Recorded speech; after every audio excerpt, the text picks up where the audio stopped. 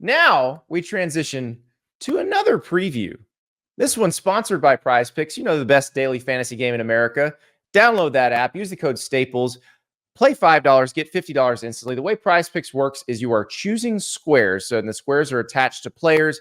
Obviously, they have the NFL, they have the college football, they have the WNBA, they all have the NBA when it gets started, Major League Baseball, you name it. And you decide how you want to handle it. Pick as few as 2 squares. The more squares you pick, the higher the potential payout.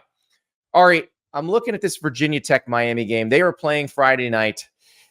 And so here's what I've gleaned from watching Virginia Tech play this season.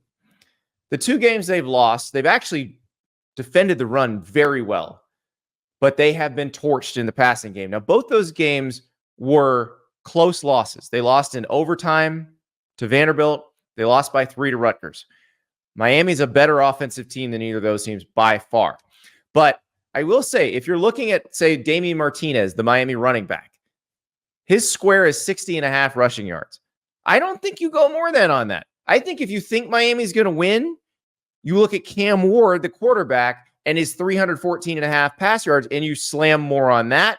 You slam more on any of the receiver total. Jacoby George, 45.5 receiving yards. You slam more on that. That's where if you think Miami is going to win this game, that's how they win, with an explosive passing game, because Virginia Tech's defense has made opponents look explosive in the passing game, even when they haven't been against other teams, and they've stuffed them in the run game.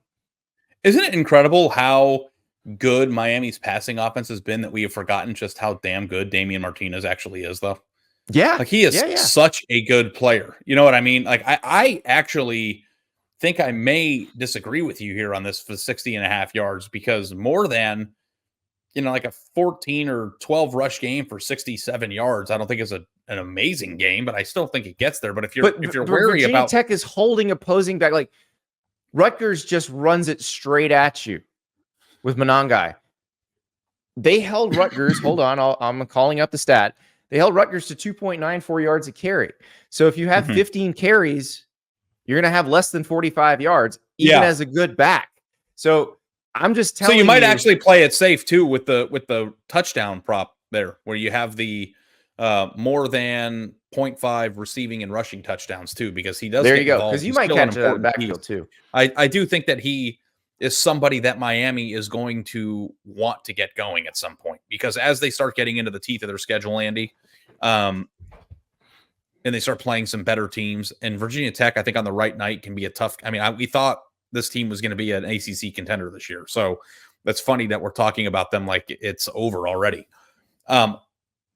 You want Damian Martinez feeling good, productive, and wearing down defenses, because eventually Miami is going to find themselves where they need to win a game on the ground. And I think that it's important to remember that they have, in my opinion, one of the best running backs in the country too. So that's a good thought, though. Now, for Virginia Tech to have a chance in this game, Kyron Jones has to go more than the 163.5 passing yards. That's just, there's no question here. Like that's how you keep up, because this Miami offense is too explosive. They're going to get theirs. This is not going to be a low scoring game. So Kyron Jones is going to have a big game. We'll see what happens. Friday night game, ACC opener. We think the Canes are the best team in the ACC. Now we get to see them against the team we thought was going to be sneaky good in the ACC. I don't know if Virginia Tech is that, but I do think they'll be pumped for this game. So it is a banger of a Friday night game. It's a good appetizer. I would say, like, we have to start doing like appetizer rankings in terms of like what you think the best appetizers are. Like for me, I don't know if we want to go down this road yet, but I have certain opinions on what my favorite appetizer would be. You do? I think this is a mid-tier, mid to upper tier appetizer of the year, I think. So this is like cheese fries? Yeah, I would say like it depends on whether or not you think buffalo wings are actually an appetizer or they're an entree. I actually got them for an entree. They can be both together. Yeah, I think this is like a good onion ring or a cheese fry.